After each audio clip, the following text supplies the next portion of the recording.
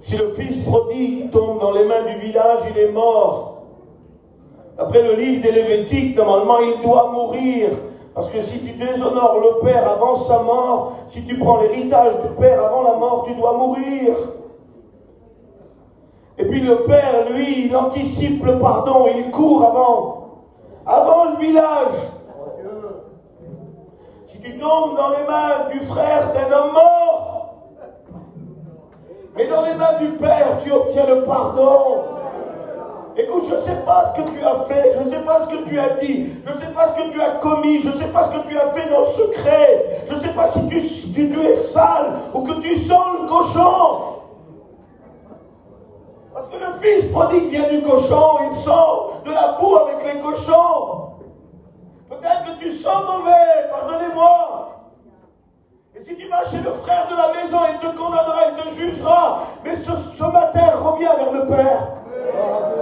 Parce que si tu tombes dans les mains du village, tu es lapidé. Et c'est pour ça que le Père l'attend. Il l'attend de loin, il l'attend. Et il t'attend ce matin, il t'attend. Il attend que tu reviens. Écoute, tu es sur l'estrade, tu prêches, tu fais quoi? Tu es là, tu es en train de chanter des cantiques, personne ne voit ton vêtement. Il n'y a que Dieu qui le voit, le vêtement. Et peut-être que tu es sur une estrade et tu t'es taché, mais le Père t'aime encore. Arrêtons de jouer des manières et d'essayer de faire les 3 fois saints. C'est pas nous les 3 fois saints, c'est lui. Et ce matin, il veut nous sanctifier. Qu'est-ce que tu vas faire? C'est pas la réunion, elle commence comme ça. Laissons marcher. Laissons marcher la réunion comme ça. Laissons le Saint-Esprit parcourir les rangs. Il parcourt les rangs. Et bien la vidéo, ma petite soeur, s'il te plaît. Il parcourt les rangs. Saint-Esprit parcourt les rangs. Il parcourt. Il va, il se pose sur qui il veut. Moi, je ne suis pas trop pressé. Moi, je me tâche. Je suis un enfant désobéissant. Je suis dans la boue des fois. Et puis, je vois le Père de loin. Et puis, il vient et il me prend la main. Quelle bonté, Tony. Tony, on est des enfants, nous. Nous, on est des enfants. Gabou, j'ai un grand respect pour toi, mon Gabou. Je t'aime dans mon cœur. Laisse ton bras. Alléluia. Mais on est des petits enfants, nous. Alléluia. C'est quoi des enfants? C'est quoi des enfants? C'est quoi des petits enfants, c'est ça? On est devant Dieu, on est des enfants. On a un grand respect pour nos anciens. Vous savez, c'est qui nos anciens? C'est eux, là, voyez là. Vous les voyez, les colonnes, là? Ça, c'est eux. C'est eux qui tiennent. C'est les colonnes de l'église. C'est nos anciens. Mais des fois aussi, ça va pas toujours. Ça va pas toujours, ça va pas toujours. Des fois, ça va pas, là, la robe, elle est tachée. On a mal fait, on a mal, des fois, on a mal à l'intérieur. Vous savez, ce message-là, j'ai dit quelque chose et puis, Seigneur, tout de suite, là, je sais pas ce qu'il fait. Je sais pas ce qu'il fait. Et je sais pas ce qu'il fait avec moi. Et des fois, il m'énerve.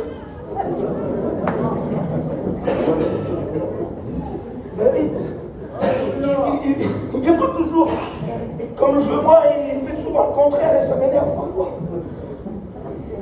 Et là, je crois qu'il est en train de m'énerver. Parce que je crois qu'il veut changer encore le message. C'est énervant ça, hein? Oui, c'est énervant tout ça. Écoutez, j'aimerais vous lire un verset qu'il m'a donné tout de suite et je vous le lis. Vous vous attendez à Dieu? Est-ce que c'est vrai? Vous attendez à Dieu? Amen. Ah non. Non. J'ai vu quelque chose qui m'a touché avant-hier. J'avais envie de pleurer. On a prêché les messages qui a été des mots de Dieu pour chacun d'entre nous. Et j'ai trouvé un peuple endormi. Réveillez beaucoup, pardonnez-moi les frères. Je vous respecte de tout cœur. Réveillez beaucoup, par des cantiques, mais peu par la prière. Réveillé beaucoup par des chants folkloriques, pardonnez-moi, mais très peu réveillé par la prière. Et ça m'a fait très mal, très mal, très mal, très mal. Et j'ai encore mal. Et puis quand je suis sorti là-bas au bar, j'ai dit à Dominique, viens, je te paye un coca. Parce que j'avais presque plus de force. Et il fallait de l'énergie. J'avais transmis le message de tout mon cœur et ça avait pris toute mon énergie. Et de moi en moi, je voyais beaucoup d'endormis. Beaucoup d'endormis. Réveillés qui pleurent pour un cantique pendant 3 minutes 50, après tout s'arrête, je ne comprends pas ça. J'ai du mal à comprendre ça, Maël. Les anciens, vous avez connu le réveil, vous avez connu la paille, vous avez connu les nuits de prière. Aujourd'hui, vous êtes aussi tristes dans votre cœur, ça vous voit, ça se voit. Ça se voit qu'ils sont aussi tristes. Et moi qui est jeune, je suis encore triste. Puis j'ai été au bar là-bas. Puis au bar, il y avait un grandeau qui était en train de jouer de la guitare, un vilain grandeau qui se faisait comme ça sur le strade. Il faisait cette guitare. C'était pas beau à voir. C'était affreux à voir, affreux. Le dégagé qui était à moitié sous. Mais par contre, les petits gradés qui étaient là-bas avaient beaucoup plus d'enthousiasme que vous qui étiez ici. Parce que devant la guitare, les petits gradés faisaient ouais, bravo. Ils s'exprimaient. Et là, les révélations de Dieu étaient données. Et tout le monde était en train de dormir. Pas compris ça, Tony, j'ai pas compris ça. Et je regardais sur notre ancien qui est là, que j'aime aussi, je viens de te connaître, mais je t'aime. C'est une commission de Dieu qui s'est fait, moi et toi. Je le sens, ça, je le sens que tu vas m'aider. Je le sens que tu vas m'aider, je vais avoir besoin de toi, je le sens. Et quand j'ai besoin des hommes, Dieu me les présente toujours, je le sens, j'ai besoin de toi. Puis j'ai dit, Soroli, regarde ce qui est en train de se passer là-bas. Regarde l'enthousiasme qu'ils ont pour une guitare. Et nous qu'on prêche des grandes révélations de Dieu. Et le peuple est en train de dormir. Écoutez, s'il vous plaît, vous croyez de remporter des victoires en se roulant les pouces? Pardonnez-moi pour les guitaristes en chantant des cantiques. Nos enfants, quand ils arrivent devant les Saint Croix, je crois que c'est dans les livres des chroniques ou dans les livres des rois, je ne me rappelle plus, mais je n'ai pas la mémoire des références, mais c'est dans la Bible. Quand il arrive, les Saint Croix puissants sont là. Ils vont prendre les foyers, ils vont prendre les enfants, ils vont terrasser, ils vont égorger les enfants, ils vont les prendre. Il y a des milliards de démons qui veulent prendre nos foyers, qui veulent prendre nos enfants, et ils sont là acharnés. Si on aurait des lunettes spirituelles et qu'on verrait le monde invisible, on serait tout le temps à genoux. Et ils sont là, ils terrassent, ils sont ici. Et Josaphat, lui, 5 rois puissants s'avancent contre lui. Il a peur. Il tremble par la peur, il tremble. Et puis Dieu, il va faire quelque chose, Josaphat. Écoutez, la Bible dit qu'il va appliquer son cœur à chercher l'Éternel et à publier un jeûne. Et quand il fait ça, écoutez, parce que des fois on dit, je m'écris loué soit l'Éternel et je suis délivré de mes ennemis. Et quand on dit ça, tout le monde dit, Amen. Mais quelle est ta vie au préalable? Avant de dire, je m'écris loué soit l'Éternel, quelle est ta vie avec Dieu? Quelle est ton intimité avec Dieu? Parce que quand tu vas avoir de l'intimité avec Dieu, ton chant va avoir un effet contre le diable. Tu peux chanter jusqu'à demain, tu sais ce qu'il fait Dieu? Parce qu'il applique son cœur à chercher l'Éternel, à publier un jeu. Il lui donne un plan d'attaque. Plan d'attaque contre les ténèbres. Qui c'est qui veut des plans d'attaque? Écoutez, Dieu va vous donner une clé ce matin. Je ne sais pas ce que le message est en train de faire. Je ne sais pas. Mais peut-être nous reviendrons au message que j'ai préparé dans la nuit que Dieu m'a donné. Peut-être, je ne sais pas. Ou il ne reviendra pas. Mais pour l'instant, on est là. Je crois que Dieu veut soulever le voile sur ce qui est en train de se passer aujourd'hui. Il se passe des choses. Allez-vous rentrer chez vous encore comme ça? Ça va servir à quoi tout ça? Est-ce que vous attendrez encore l'année prochaine pour une autre bénédiction? Ou un séminaire à Bellegarde pour une autre bénédiction? Ou un séminaire dans une autre hôtel ici? Ça va être long, ça va mettre 1 an pour revenir ici. Mais en 1 an, qu'est-ce que tu vas prendre? Tu vas déguster dans les 1 an. Mais par contre, si tu as de la dignité, si chez toi, tu fais ton petit séminaire tous les jours chez toi, dans ta chambre, séminaire avec Dieu, séminaire avec Jésus, séminaire avec le Saint-Esprit, pas séminaire avec les grands de la mission, avec les grands hommes, non. On va faire un petit séminaire avec le Père, le Fils et le Saint-Esprit. On va se mettre dans nos petites chambres. On va y aller. Et après, quand tu es dans ta petite chambre et tu fais ton séminaire avec le Père, le Fils et le Saint-Esprit, ils donnent des plans d'attaque contre le diable. Alors, plan d'attaque, tu sais ce que c'est? Écoute, il dit à Josaphat, écoute Josaphat, tu vas mettre l'armée derrière, tu vas mettre derrière l'armée les souverains sacrificateurs, et après tu vas mettre l'arche de l'Alliance, mais devant, tu vas mettre les chantres. Parce que quand tu as de l'intimité avec Dieu, tes chants prennent de la puissance. Tes chants prennent de la valeur. Et quand tu chantes, le diable en aura de la louange, de l'adoration. Parce que lui, ce qu'il a voulu, c'est s'élever au trône de Dieu et être loué lui-même. Mais il a été précipité sous la terre. C'est un maudit. Et quand un homme, une femme passe des épreuves, des difficultés, mais qui loue toujours Dieu, le diable en aura. Il n'aime pas. Alors il faut que les chants soient accompagnés de quoi? Il faut que nos chants soient accompagnés de quoi? Il faut que notre vie soit accompagnée de quoi?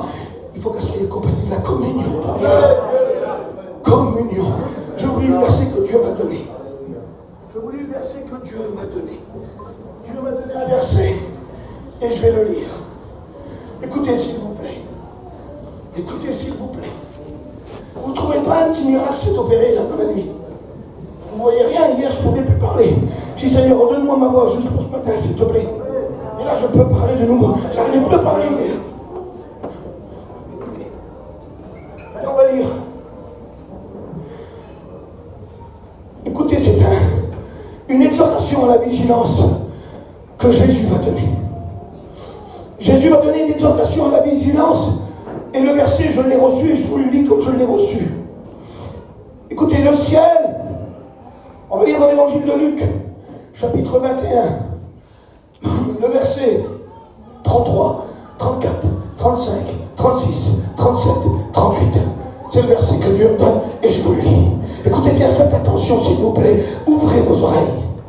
Le ciel et la terre passeront. On donne trop d'importance au ciel et la terre alors qu'il est appelé à disparaître. Savez-vous ce qu'est la terre pour Dieu? Son marchepied. Nous vivons sur le marchepied de Dieu et nous faisons de la terre le trône. On vit sur un marchepied. Rendez-vous compte qu'on est en train de vivre sur un marchepied. Nous, ce qui nous attend, c'est la gloire. Et on fait de ce marchepied le trône céleste. Parce qu'on s'y est établi, on grandit, on pousse. Et on vit, et on vit, et on aime vivre, et on aime vivre, et on aime le monde, et on aime toutes ces choses. Ça c'était avant, écoutez, avant, selon le train de ce monde. Mais aujourd'hui, la Bible nous dit que le ciel et la terre vont passer. Écoutez ce que Jésus dit. Le ciel et la terre passeront, mais mes paroles, et là j'aimerais que vous criez un grand amen pour rendre gloire à Dieu, mes paroles ne passeront pas. Amen. Écoutez, c'est pas fini, attendez. Attendez une seconde. Prenez garde à vous-même. Prends pas garde à ta maison, ta nouvelle cuisine ou ta voiture. C'est bidon tout ça. Ah, c'est bidon. Parce que ton cœur y est. Écoutez, derrière chaque idole, il y a un démon. Derrière chaque idole, il y a un démon.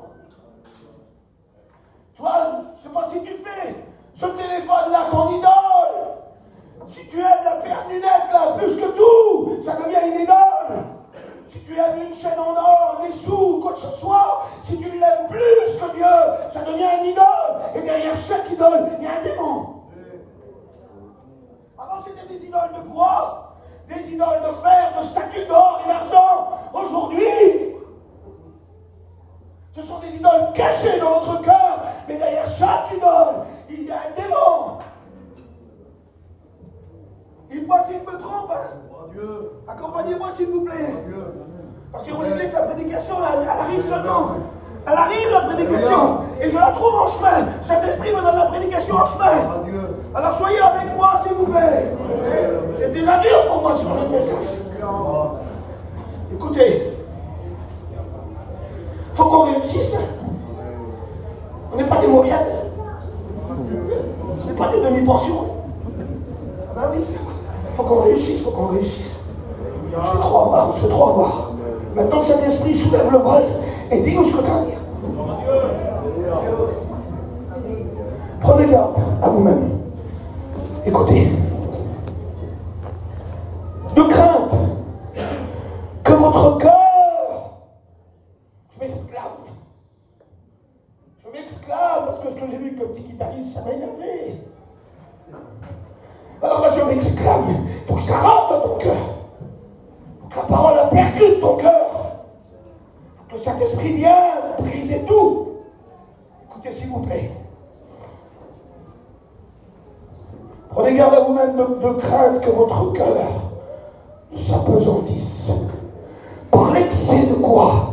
L'excès du manger et du boire. Et par les soucis de la vie. C'est Jésus qui parle. Hein? C'est Jésus qui est en train de parler là. Que votre cœur ne s'apesantisse.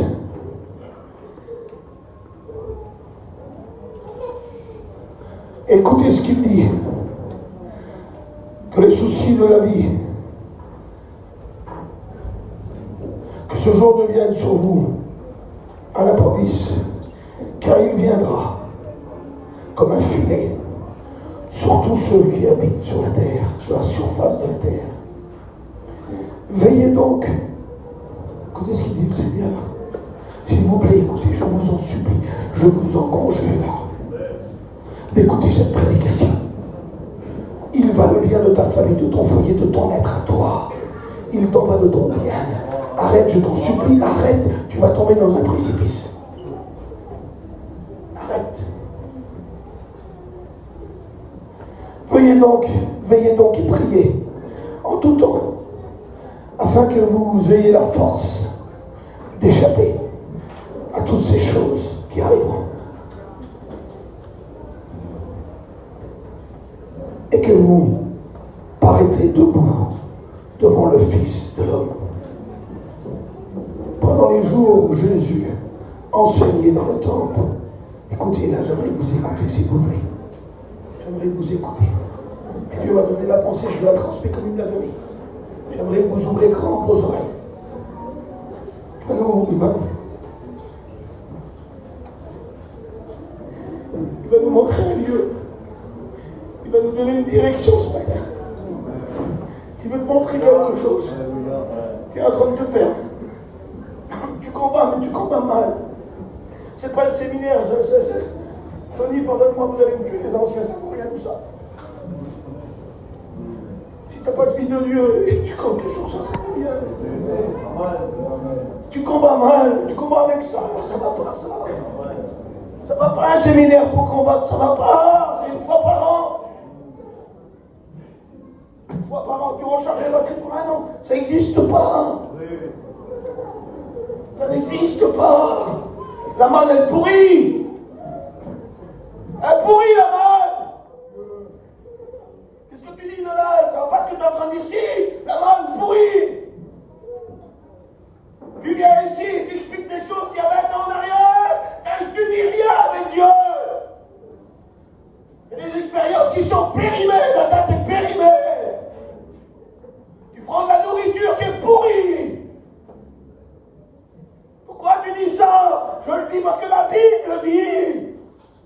C'était une fois par jour la nourriture. Si tu en prenais pour le lendemain, elle pourrissait. La manne pourrissait. Dieu, lui, c'est tous les jours qu'il donne de la nourriture. Et toi, tu vis sur de la nourriture pourrie. Elle ne marche plus, ta nourriture. Tu te nourris avec des choses périssables. Tu te nourris avec quoi? Quel est l'essence de ta nourriture? Où est ton cœur?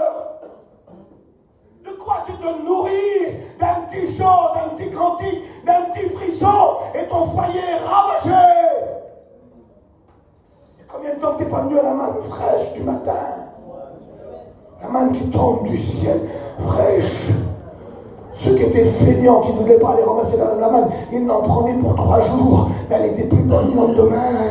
Ce séminaire ne durera pas 3 jours, c'est aujourd'hui. Demain c'est un autre jour, après-demain c'est un autre jour. Et la manne tombe du ciel tous les jours, la manne fraîche. Là qui chanteront, s'il faudrait regarder dans leur cœur, il n'y a plus rien, tout est mort. On est ici ce matin, là, ils sont là, ils sont là, ils sont là. Ils sont ici, ils sont par là. Puis chez eux, il n'y a plus rien qui va, et leur cœur, plus rien qui va. Puis Jésus donne des avertissements. Et ce matin, il veut nous emmener dans un lieu. Ça va les anciens, ça va, dis-toi Amen. Ça va? Ça va, ça va. Accompagnez-moi, là, s'il vous plaît. Alléluia.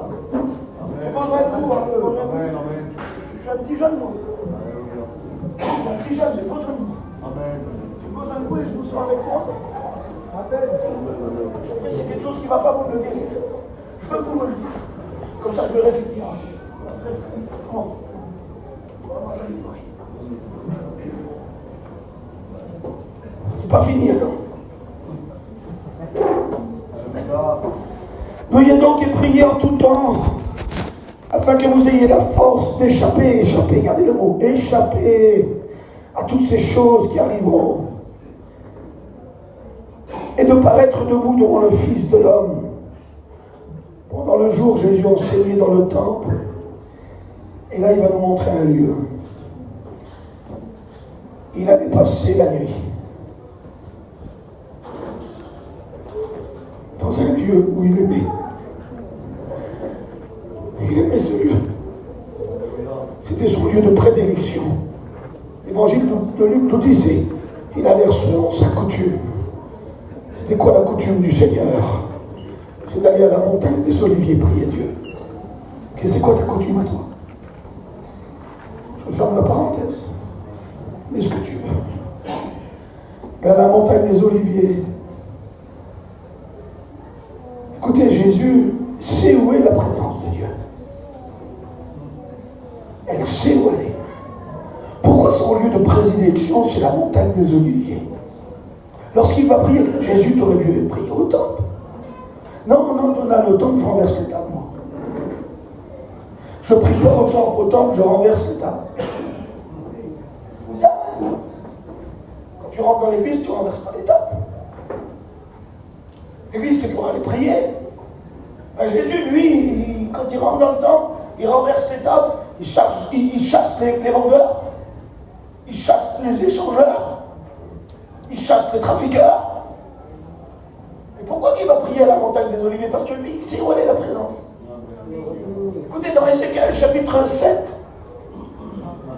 pourquoi sa coutume, c'est d'aller à la montagne des Oliviers? Pourquoi il va prier toujours à la montagne des Oliviers? Pourquoi il emmène ses disciples à la montagne des Oliviers? Pourquoi il passe des nuits en prière à la montagne des Oliviers? Alors que le temple est trop beau là-bas. C'est une merveille, le temple. Le temple, il est extraordinaire. Il y a le Sanhédrin, il y a tous les anciens, il y a tout le monde dans le temple. Mais pourquoi lui, il se met à l'écart et il va prier à la montagne des Oliviers? Savez-vous pourquoi? Nous avons la réponse dans Ézéchiel chapitre 7 et 8. Parce que Jésus va faire quelque chose dans Ézéchiel chapitre 7 et 8. La présence de Dieu va quitter le temple. Elle va partir du temple. Écoutez s'il vous plaît. La présence, parce qu'il faut aller là où il y a Dieu. Là on est chez Dieu, non? Est-ce qu'on est chez Dieu là? Donc il faut aller où il y a Dieu. Il faut te réfugier où il y a Dieu. Tu dois avoir chez toi ta petite montagne des Oliviers. Où la véritable présence de Dieu est là. Pendant le Covid, toutes nos églises étaient fermées. Et chacun avait sa petite montagne des Oliviers chez lui. Chez lui. Et dans Ézéchiel chapitre 7 et 8, je ne sais pas pourquoi je fasse comme ça. Je ne sais pas. Mais par contre, je sais une chose, c'est que le Saint-Esprit le sait. Parce qu'il connaît la profondeur des cœurs et il sait que tu es en train d'être roulé. Tu es en train d'être roulé, tu te fais rouler. Et il veut t'emmener vers la vraie trajectoire, vers la vraie bénédiction, afin d'obtenir les véritables combats. Parce que tu combats, tu te fatigues. Toi, tu es en miettes, t'en peux plus. Tu pries plus jeune, tu mets le foulard, mais tu combats mal, tu combats pas bien, ça va pas, ça te fatigue. Et dans l'Ézéchiel chapitre 7 et 8, il va percer la muraille. Alors ça va aller loin, maman, Seigneur, c'est parce que tu vas dire, tu vas aller loin là. Il va loin ce matin, il va loin. Il peut aller loin. Les anciens, est-ce qu'on permet à Dieu de parler? Attention s'il vous plaît, c'est pas pour vous blesser, pour vous faire du mal. Non, c'est pas ça du tout.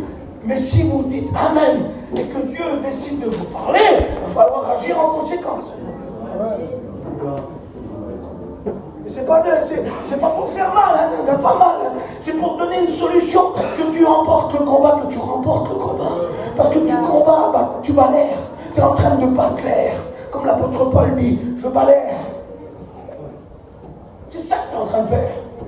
Est-ce que tu veux huer? Amen. Alors on va essayer de donner la clé. Permettez-moi de boire un peu d'eau. Ah, il va aller trop loin, j'ai peur. Là, ça commence à me faire peur. J'ai peur. Ça y est, ce message me fait peur. Alors moi, je vais ouvrir mon cœur à ce message. Moi, tout seul. Comme ça, je vais prêcher pour moi, je ne vous dirai pas. Parce que moi, j'ai besoin de ce message et Dieu veut me parler, j'en ai besoin. Amen. Il a dit de veiller en tout temps, et il alla à la montagne des Oliviers parce qu'il sait où la présence est. Et dans Ézéchiel chapitre 7 et 8, il y a quelque chose qui va se passer. Dieu va parler. Et il va dire quelque chose. Il va dire perce la muraille. Et lorsqu'il perce la muraille, il y a une porte derrière. Il ouvre la porte. Et quand il ouvre la porte, il se trouve dans le temple. Et quand il se trouve dans le temple, il va voir des choses qui vont le terrifier. Dieu ne le fera pas, il ne le fera pas, le Seigneur. Il ne le fera pas parce qu'il t'aime. Il est justement en train de te parler pour une rectification.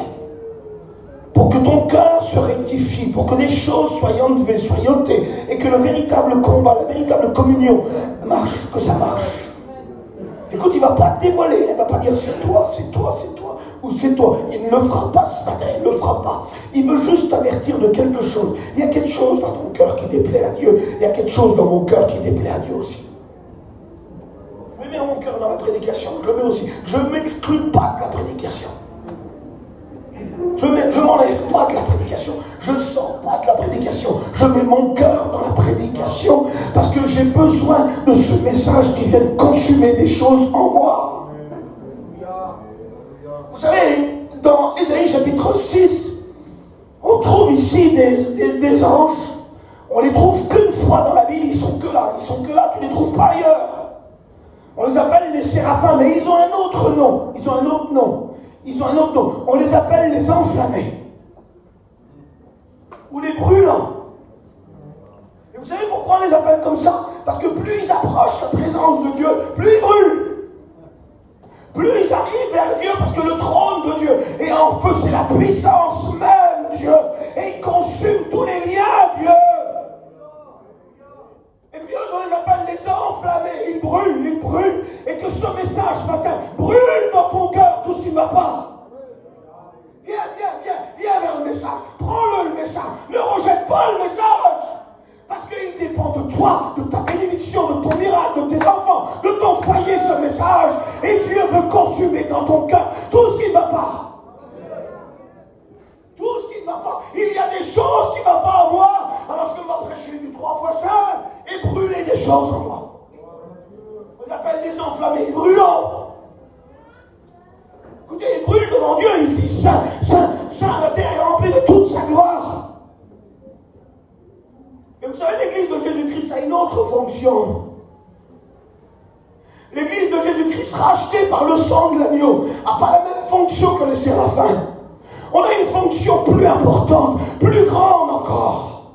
Parce que nous, on est les fils et les filles de Dieu. Et vous savez ce qu'ils font les fils et les filles? D'après Apocalypse chapitre 5, ils parfument le trône. L'Église parfume le trône. La fonction est plus grande. On est devant le trône de Dieu avec des coupes d'or. Et ça, c'est nos prières qui sont à l'intérieur. Nos véritables prières. Les prières pour ton fils, pour ta fille, pour ton foyer, pour ta maladie, pour ta dépression, pour le foyer qui va exploser, pour ce qui a explosé. Les prières sont devant le trône de Dieu. Et il parfume, il parfume, il parfume. Et Dieu veut faire de ta prière un parfum agréable ce matin. Ta prière est mélangée. Dans la coupe, il y a des choses qui ne vont pas. Permettez-moi de percer la muraille avec vous, d'ouvrir la porte et d'aller voir ce qui se passe. Est-ce qu'on peut aller voir ce qui se passe? Est-ce que tu vas aller voir ce qui se passe? Est-ce que tu es d'accord? Ok, pour que Dieu dévoile ce qu'il y a dans ton cœur. Mais je te le dis à l'avance, il ne poucrave pas devant tout le monde, il ne dit rien devant tout le monde, il ne balance pas devant tout le monde. Mais est-ce que tu veux personnellement voir ce qu'il y a dans ton cœur? Perce la muraille. Perce la muraille, il perce la muraille, il rentre. Et lorsqu'il rentre, il trouve des sièges, il trouve des hommes assis, des hommes qui ont pris place. Et il fait voir que sur les murs du temple, écoutez s'il vous plaît, il y a des reptiles qui ont été peints, qui ne correspondent pas à la présence de Dieu. Ces reptiles, ces dessins, représentent là des idoles. Écoutez l'amour de Dieu, j'aimerais que vous écoutez s'il vous plaît. J'aimerais que vous écoutez cet amour manifesté ce matin en Dieu, cet amour manifesté dans ce message. Il y a un grand amour qui sort de ce message. Écoutez ce que Dieu fait avec Israël. Il dévoile, il est en train de dévoiler, de percer, de rentrer, et il fait voir ce qu'il y a dans le cœur. Quand Ézéchiel regarde ce qu'il y a dans le cœur, c'est tout des idoles autour, peints dans le temple. Et puis Dieu va parler à Ézéchiel, il dit je vais partir. Pour faire simple, vous comprenez. Et ce qui est en train de se passer, c'est que Dieu a cohabité pendant des centaines d'années avec Israël idolâtre. C'est ça. Israël idolâtre. Mais Dieu ne cohabite pas avec les idoles. Là, il nous dévoile quelque chose, il rentre dans le temple et il voit qu'est-ce qu'il y a dans le temple, à l'intérieur du temple. Mais parce qu'il aime Israël, parce qu'il veut la sauver, parce qu'il veut la rétablir, parce qu'il veut faire d'Israël une nation forte. Alors il reste avec elle, et il est en train de lui parler, et il reste avec toi, écoute, il reste avec toi, et parce qu'il t'aime, il te parlera encore, il te parlera encore, et il te parlera demain, parce qu'il veut que tu enlèves ce qu'il y a dans ton cœur. Il veut que tu enlèves, et tu es prêt à enlever pour Dieu. Amen. Et tu es prêt à enlever pour Dieu. Et tu es prêt à dire oui à ce message-là. Il y a des choses qui bloquent toute ta bénédiction, et Dieu est en train de dévoiler ton cœur ce matin. Alors tu pries, tu jeûnes et ça tarde, mais le problème n'est pas chez ton fils, le problème n'est pas chez ta fille, le problème n'est pas dans la maladie, le problème il est dans ton cœur à toi. C'est grave là. Là ça va loin Seigneur, tu vas loin, mais nous allons aller encore plus loin. Alors toi tu frappes du poing sur la table, tu fais rien Dieu, mais tu es en train de te dire écoute, s'il devrait parler, t'es un hypocrite toi. Si Dieu devrait parler réellement comme il doit te parler, et il ne le fait pas parce que c'est un père. Nous avons dit tout à l'heure qu'il nous prend dans les bras même si on a de la boue sur nous. S'il devrait parler, tu te vas dire sur moi que je n'agis pas. Mais le problème n'est pas de mon côté, il est du tien. Le problème il est dans ton cœur. Quelle bonté tu enlèverais ce qu'il y a dans ton cœur. Puis tu rentrais du séminaire, ton fils serait délivré de la drogue. Quel séminaire ça serait ça? Ça ne serait pas Donald a prêché, Dominique a prêché, l'Espagnol a prêché, un tel a prêché, l'autre a fait tel séminaire. Non, tu peux faire ton séminaire toi tout seul. Si tu enlèves le petite chose qui coince là, si tu l'enlèves, il y a combien de temps que Dieu est en train de te parler, t'enlèves pas. Si tu l'enlèves, Dieu, je te promets qu'il va agir. Il attend de toi. Toi t'attends de lui, mais lui il attend de toi. C'est différent. Nous, on s'attend à Dieu parce qu'on est faible, mais lui, il attend de toi afin que tu le glorifies en enlevant ce qui ne va pas. Écoute, tu ne veux pas que la présence s'en va quand même. Moi, je ne veux pas que Dieu s'en va, je ne veux pas. Si Dieu s'en va, on est mort. Si Dieu s'en va, on se retrouve à la meule, les yeux crevés. Si Dieu s'en va, Sénécia est pris avec Joséachim, la ville est prise. Et puis ses 5 fils sont égorgés devant lui. Si Dieu s'en va, on est mort. Si Dieu s'en va, Samson n'a plus de force, il se fait terrasser. Tu veux que Dieu s'en va? Il attend depuis le temps, il attend. Ça fait des centaines d'années qu'il attendait. Puis d'un seul coup, il décide, il dit, je pars. La Bible dit qu'il va partir, mais il va se montrer qu'il part. Parce qu'il va mettre l'autel, il va mettre des chars de feu, des roues remplies de feu. Puis il va mettre l'arche de l'Alliance et il va traverser le temple. Il part, ça y est, il part, il s'en va. Ah, c'est Dieu, il part. Quand il arrive à la porte, la dernière porte, vous lirez dans les versets, il s'arrête. Puis on dirait qu'il regarde en arrière pour leur dire, si vous me rappelez, je reviens. Et Jérusalem le laisse partir et il part, il traverse la ville sur des chars de feu. Et vous savez où il va? Où il va? Pourquoi Jésus allait là-bas? La Bible dit que l'arche de l'Alliance et les chars de feu vont aller à la montagne des Oliviers. Et quand Jésus montait à la montagne des Oliviers selon sa coutume, il savait où la présence de Dieu était. Il savait où Dieu était. Quand il rentre dans le temple, c'est pour renverser les tables et rétablir l'ordre. Mais quand il doit prier son Père, il avait son lieu à lui, qu'on appelle la montagne des Oliviers. Écoute, Dieu te demande quelque chose. Est-ce que tu veux ce matin? C'est quoi qui gêne? Hier, le serviteur a dit, si tu lâches, Dieu va bénir. Si tu tiens trop, tu vas périr. Tu vas pas la lâcher. La prière est puissante, vous savez, c'est puissant la prière. Mais il faut aller où il y a Dieu. Moi, je ne veux pas aller dans un lieu où il y a les idoles. Je veux aller où il y a Dieu. Bagou, tu vas aller où il y a Dieu. Il y a 50 ans, Bagou, il va chez Dieu. Et aujourd'hui, c'est un homme avec un témoignage. C'est des hommes avec des témoignages parce qu'ils vont où il y a Dieu. Pas de compromis, pas rien. Et des fois, il y en a, mais Dieu rétablit tout de suite. Quand tu aimes Dieu, tu te sors de tous les problèmes, tu sais. Écoutez, qui c'est qui veut aller à la montagne des Oliviers? On veut tous y aller, hein? Parce que nous savons où est Dieu, il est là-bas. Qui c'est qui veut enlever la petite idole qui est dans son cœur? Gloire à Dieu. Être décadent, je vais expliquer. Quelle est la question? Alors la question c'est, est-ce que tu veux enlever tes idoles afin de retrouver la véritable puissance et la présence de Dieu? Ou est-ce que tu veux encore continuer avec tes idoles et mourir dans ton combat? Je ne sais pas si vous avez compris le message. Je ne sais pas si vous l'avez compris le message. Mais Dieu a donné un message. Et le message qu'il veut donner, c'est de s'approcher de lui pour consumer et brûler tout ce qui ne va pas dans nos cœurs, afin de retrouver le véritable combat, le véritable communion. Tu adoreras le Seigneur ton Dieu, écoutez s'il vous plaît. Tu adoreras le Seigneur ton Dieu, écoutez, hein. Tu adoreras le Seigneur ton Dieu. Et le verset, il s'arrête là. Lisez, s'il vous plaît. Matthieu chapitre 4. Tu adoreras le Seigneur ton Dieu. Et là, ça s'arrête. Ça s'arrête. Ça reprend. Et tu le serviras. D'abord la communion. D'abord le contact avec Dieu. Après le service. On a inversé les rôles.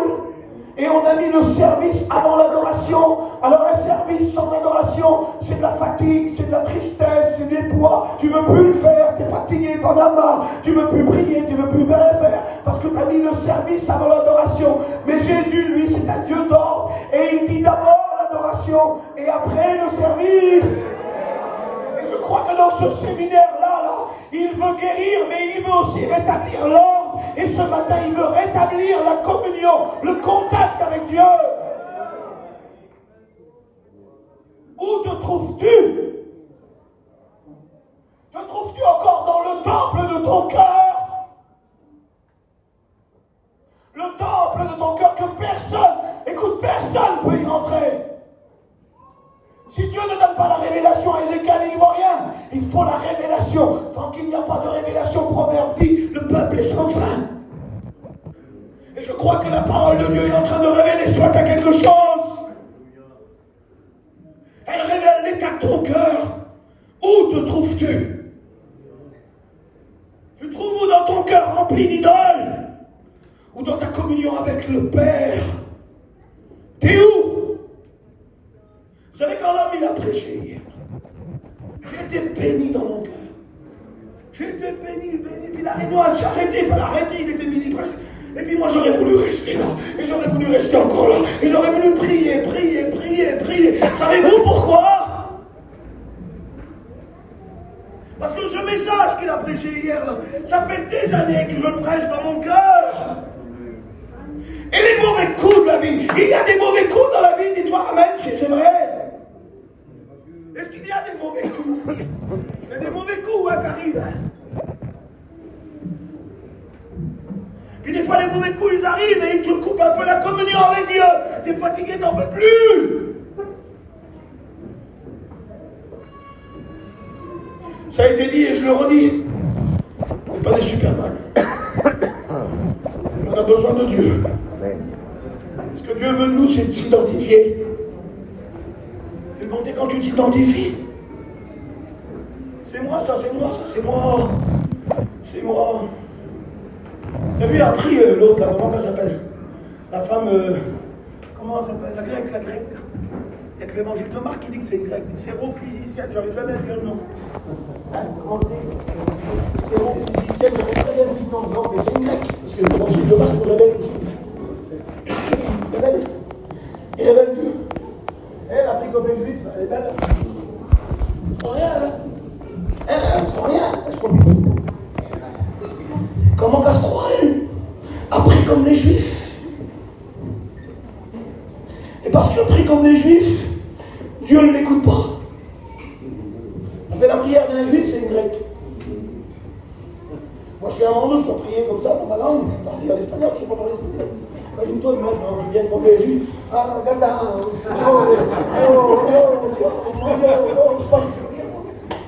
Santo.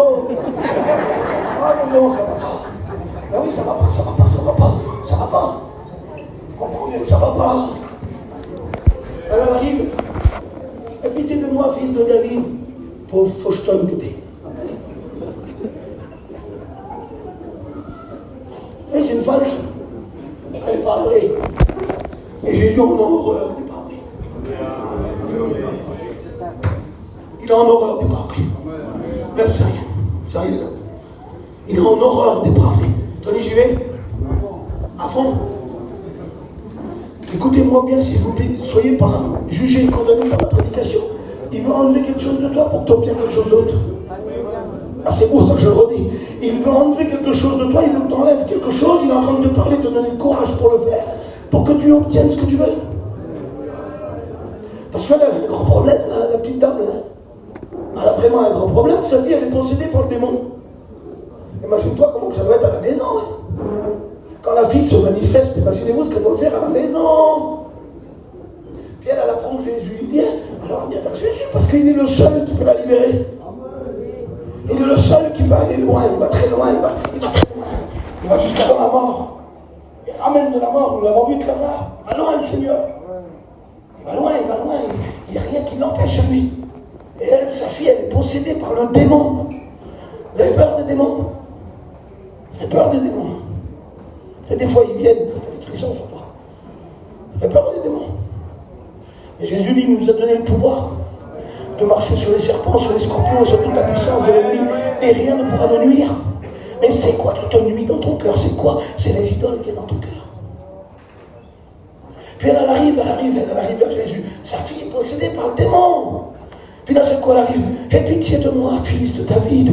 Ma fille est possédée par le démon. Qu'est-ce qu'il fait Jésus? Il ne lui répond pas un mot. As-tu vu Jésus pas répondre?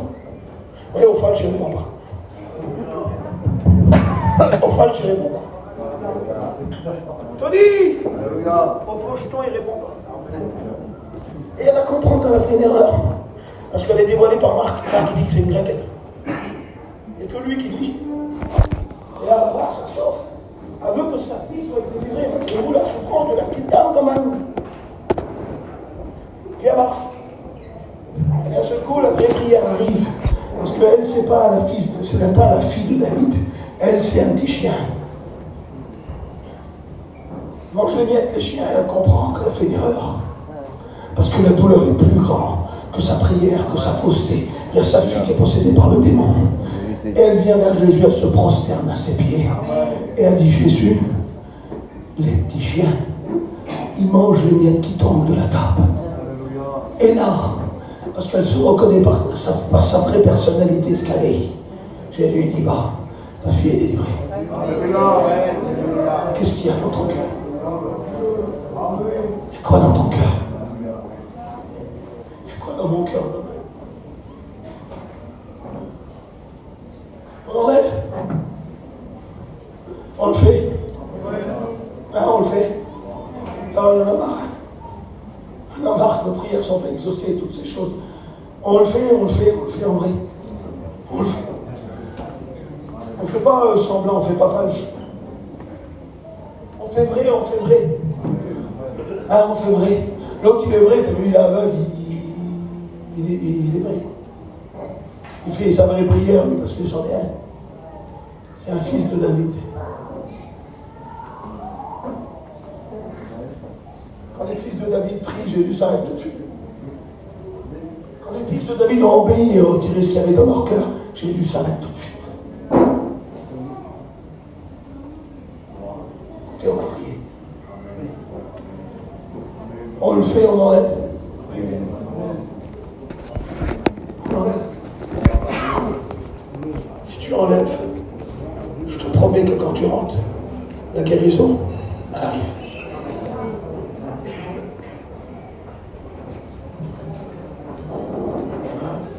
Jeune, détache, enlève. Détache, enlève. Et lorsque tu détaches et enlèves, la guérison, elle gère promptement. Comment que c'est la parole? Vous la prenez? Vous voulez de cette parole de Dieu? Qui c'est qui a besoin de guérison? Et votre main, c'est pas un piège.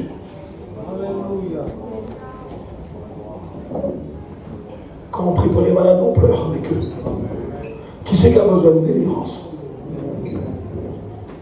Qui lève la main qui ont besoin de délivrance? Je ne vous fais pas un piège. Qui c'est qui a besoin, je ne sais pas, de voir ton fils revenir à Dieu? Il est rétrograde. Moi j'ai mon fils, j'ai besoin de le voir. Pourquoi ça tarde un peu? Parce que Dieu me demande des choses. Il dit enlève les Donald. Et Donald, il a la tête dure, la tête de bois. J'enlève pas, ou j'enlève, ça revient, et je reprends. Puis Dieu lui-même, c'est mon Père.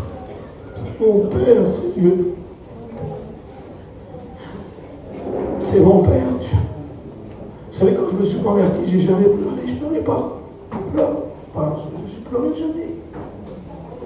Même quand je me suis converti, je n'ai pas pleuré. Et puis dans le monde, je ne pleurais pas. Mais là, comme je me sens bien quand je pleure, ça me fait du bien, ça m'allège. Je ressens toute ma pauvreté en moi. Et je ressens que lui, il m'aime. Et qu'il veut m'aider.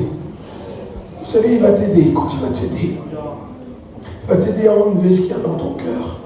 Et tu vas obtenir le véritable pardon, la véritable victoire. La prière, ça marche, hein, Bachai. Hein, mon Bachai d'amour. Je t'aime aussi à toi. Ça marche la prière. C'est pas falche ce que je te dis, Bachai. C'est pas falche. Parce que je t'aide tout, mais pas un falche. On a besoin de Dieu. On a besoin de retrouver, de remonter à la montagne des Oliviers. Ouais. 1 Samuel, chapitre, je ne sais plus, 30, je crois. Ou 16, je ne sais plus. Mais c'est dans le livre de Samuel. La Bible dit que David, et je termine avec ça, il montait à la montagne des Oliviers, vous savez comment? qu'il souffrait dans son cœur. Il connaissait aussi la montagne, lui. Il montait à la montagne des Oliviers, la tête couverte, les pieds nus, et il montait en pleurant. Des fois, les soucis de la vie, les fardeaux de la vie couvrent notre visage et la tête est abaissée. Des fois, le zèle n'y est plus, il n'y a plus de chaussures aux pieds, et on n'a plus de courage. Et puis les larmes ont baigné notre lit. Mais on monte à la montagne des Oliviers, parce qu'à la montagne des Oliviers, il y a Dieu, et nous allons vers Dieu. Qui voudrait aller vers Dieu et de dire, Seigneur, à partir de ce matin, tu ne vas pas parler en vain. Je ne vais pas attendre l'autre séminaire pour avoir ma bénédiction. Je veux ma petite montagne des Oliviers chez moi. Je veux enlever dans mon cœur ce qui ne va pas. Et je veux le véritable Seigneur dans mon cœur. Je veux que tu me bénisses. Tu prends le message, on le fait.